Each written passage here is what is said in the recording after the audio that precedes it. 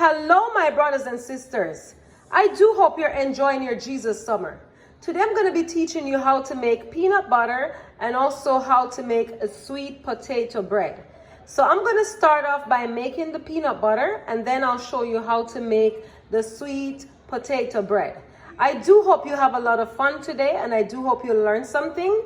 Don't forget to like, share, and subscribe to the channel as you stay in touch with all the fun and all the goodies that we're making here today. Making peanut butter at home is very simple, and all you need to make your peanut butter is simply peanuts. So today I'm going to be using 2.5 cups of roasted peanuts, and I'm going to be using my food processor to make this peanut butter. And one thing I gotta tell you, when you make your peanut butter from home, you have control over it. You can add whatever you want into it, and you can decide what you don't want to put. Peanuts are now in the food processor, and it's time for action.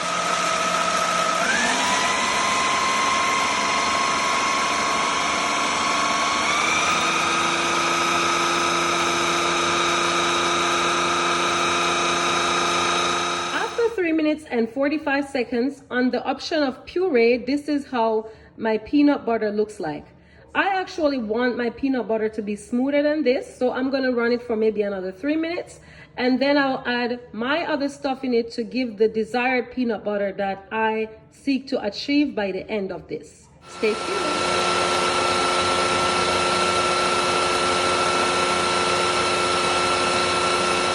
What the peanut butter looks like after 2 minutes and 30 seconds. So now I'm going to add all the little treats that I would add to my peanut butter to give it my version of my homemade peanut butter. Here's what I'm going to be adding to my peanut butter. I'll be adding a tablespoon of molasses. I'll be adding about 1/4 tablespoon of cinnamon, and I have some grains here that I'll be adding to it just for crunch, and those grains are flax seeds, chia seeds, pumpkin seeds, you list it. It's just a mixture of nuts that I have at home. And I just add them in, put it in the food processor, and run it for maybe another 30 seconds, and then we're good to go. You're free to add whatever you want into your peanut butter. This is total my preference, and whatever you prefer, you can go ahead and do that. Also, if you want to add salt to it, go ahead and add salt. Peanut butter, if you're using the roasted or baked peanuts, you don't need to add oil to it, because the roasted or the baked peanut, it helps the peanut to bring out its own oil, and that's why I have that oily texture in my peanut butter. If you can see it right there, nice and oily, natural oil. So that's it. So I'm just gonna add these things in, and I'll show you what it looks like once.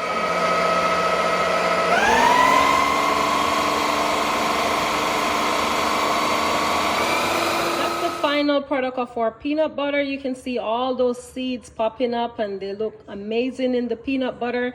I'm just gonna pour it in a jar now, and it's gonna be beautiful and all ready to eat. That's our peanut butter, all ready to go on your sandwich, ready to eat. It looks delicious. Look at the texture. Everything just looks beautiful. So that's it. I do hope you enjoy. Stay tuned, and let me show you how to make a sweet potato bread. Remember, I told you I'll be making a sweet potato bread as well. So here are my sweet potato. I have cooked them in advance, and I have them here in the pot. And I'm just going to take them out and put them in my food processor, put it on the puree option, and get it all nice and pureed to go into the bread. It's totally optional if you want to put it in the oven, if you want to put it in the microwave. However you choose to cook your sweet potato is totally up to you. You don't have to also put it in a food processor. You can also mash it out with a fork or something that grinds it out. Whatever that works for you, you can go ahead and do so. So I'm going to get ready by putting the sweet potato in my food processor, and I'll show you how I make my sweet potato.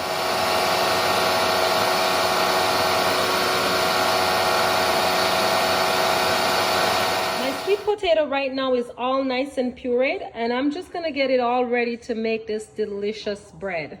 Stay tuned. The next step we're gonna take is to mix all of the dry ingredients together. So I'm gonna be using for my dry ingredients flour, cinnamon, and salt.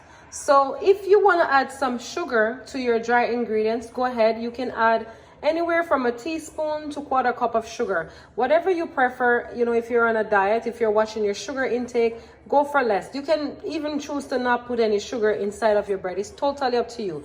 But for me, I add a tablespoon of sugar into my yeast to activate it, as you can see it right there. And that's all the sugar that I will add to this bread. For the salt, I'll just use 1/4 teaspoon of salt in the bread. And if you're wondering what's in this jar, all that is in it is a mixture of different types of flour. So instead of using 2.5 cups of all-purpose flour, I'm going to use 1.5 cup of the all-purpose flour and 1 cup of the mixture of multiple flours. Totally optional. You can use all-purpose flour. It's all your total preference. So if you want to know what are the types of flour that I have inside of the jar, I'll tell you what it is. It's tapioca flour, whole wheat flour, cornmeal flour, and barley flour. That's it. No special trick. It's just simple different type of flour.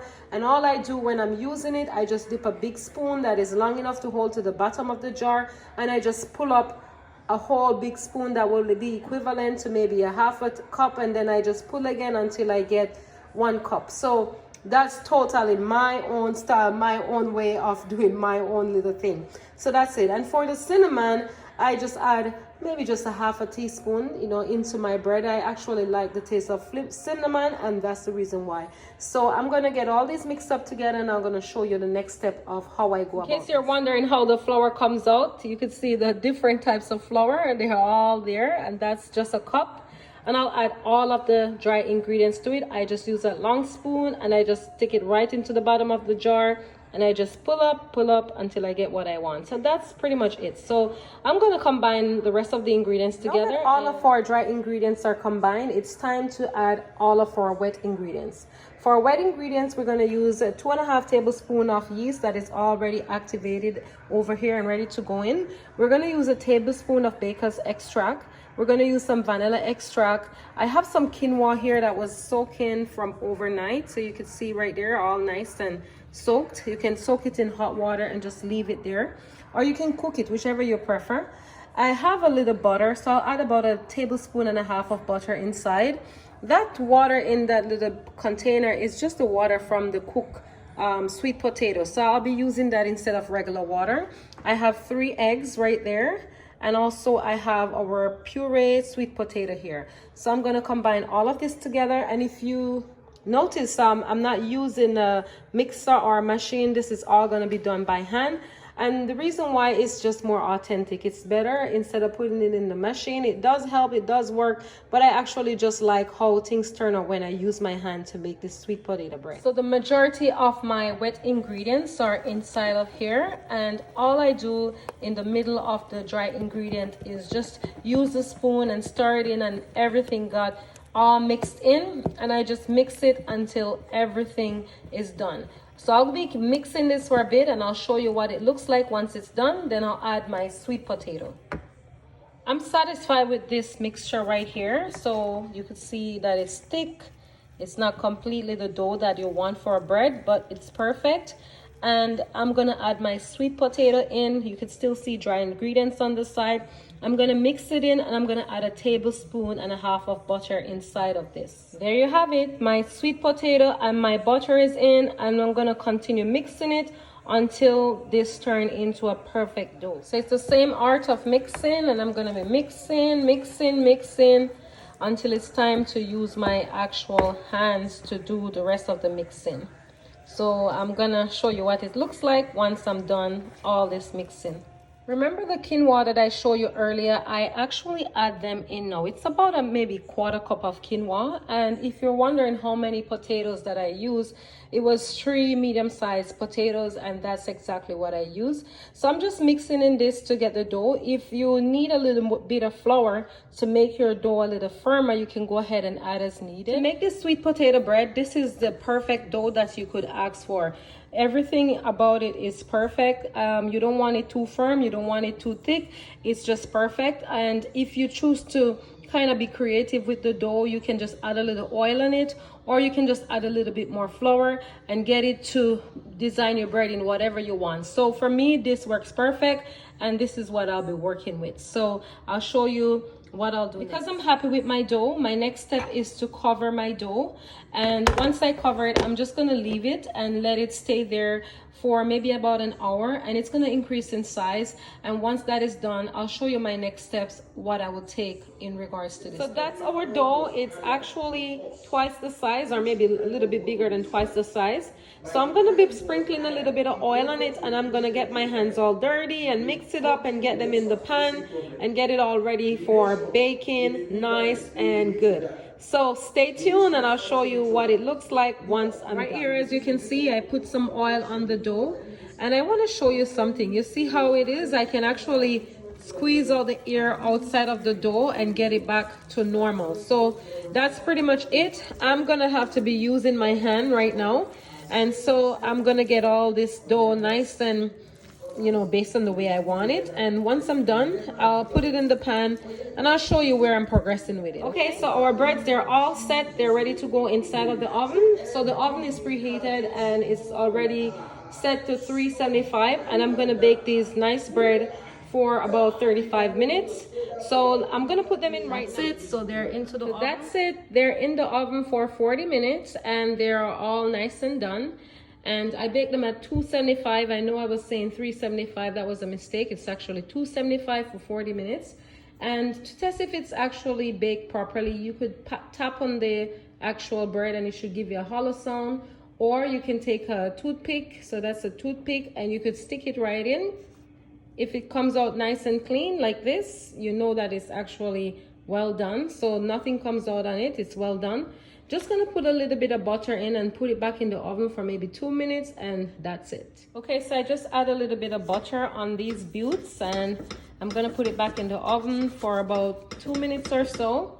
And once that's done, the breads are all ready to eat. You're just gonna let them cool off, and then I'll slice it so that you could see how they turn out.